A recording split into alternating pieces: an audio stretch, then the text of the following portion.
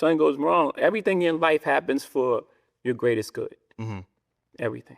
I had to not get a deal in order to become who I am today. It didn't feel like the greatest blessing of all. It was the greatest blessing that I didn't get a deal, right? So again, everything in your life, it's not happening to you, it's happening for you. When you Don't skip over that. I think in that verse specifically, the only thing I heard coming up was the American dream until we started being successful. And it was like, wait a minute, you're selling out because you're making money. That was the first thing that was put on musicians. People had this law for the struggling artist. That's a mind game, what we would call back in the day for tricknology.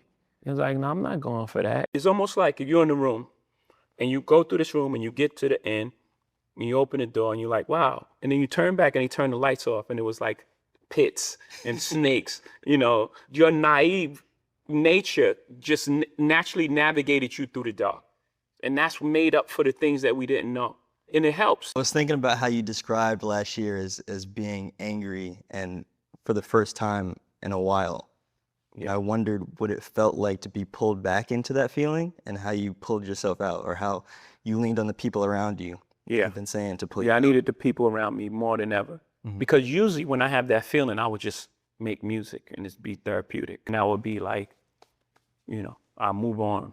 I had to sit in that for a long time. Again, I built this this circle that's really safe for me, of people that really love me, not using me, and like, you know, really care for my best interests. So I was able to have that in the time, you know, the most crucial time for me. I'm fucking Jay-Z. Or due respect to him. I'm fucking Hov. Do respectfully. Or like for what? To what end? Yeah. It couldn't be that these guys just don't like each other. Yeah. And I think they haven't liked each other for a long time. Before you had anything to do with it. I think this has been brewing, just like me and Nas was brewing. Yeah. It didn't happen at the Summer Jam.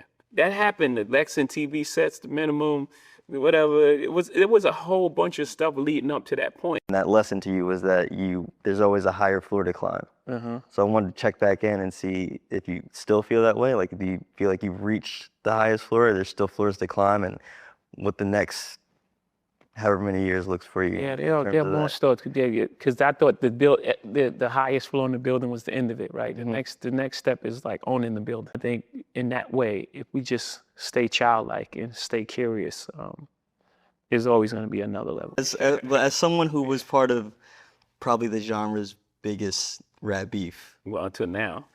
As a spectator, what did you think of the 2024 back and forth between him and Drake? I'm going to have an answer you're not going to like. I think that, look, there was 4 pillars of hip hop. There are 4 pillars of hip hop, right? Yep. There's DJing and battling. Yep. Break dance is not at the forefront of rap anymore. That's dead. It's not part of hip hop. Especially a person like me. Like, even when we were doing the worst things, we were doing bad, we had those kind of rules. There was a line, no women, no kids. You know, you hear those sayings, but those are things that I took from the street. You know, morals, integrity, code. But like even more of my respect was like, he's really about what he say he's about. Yeah. Yeah.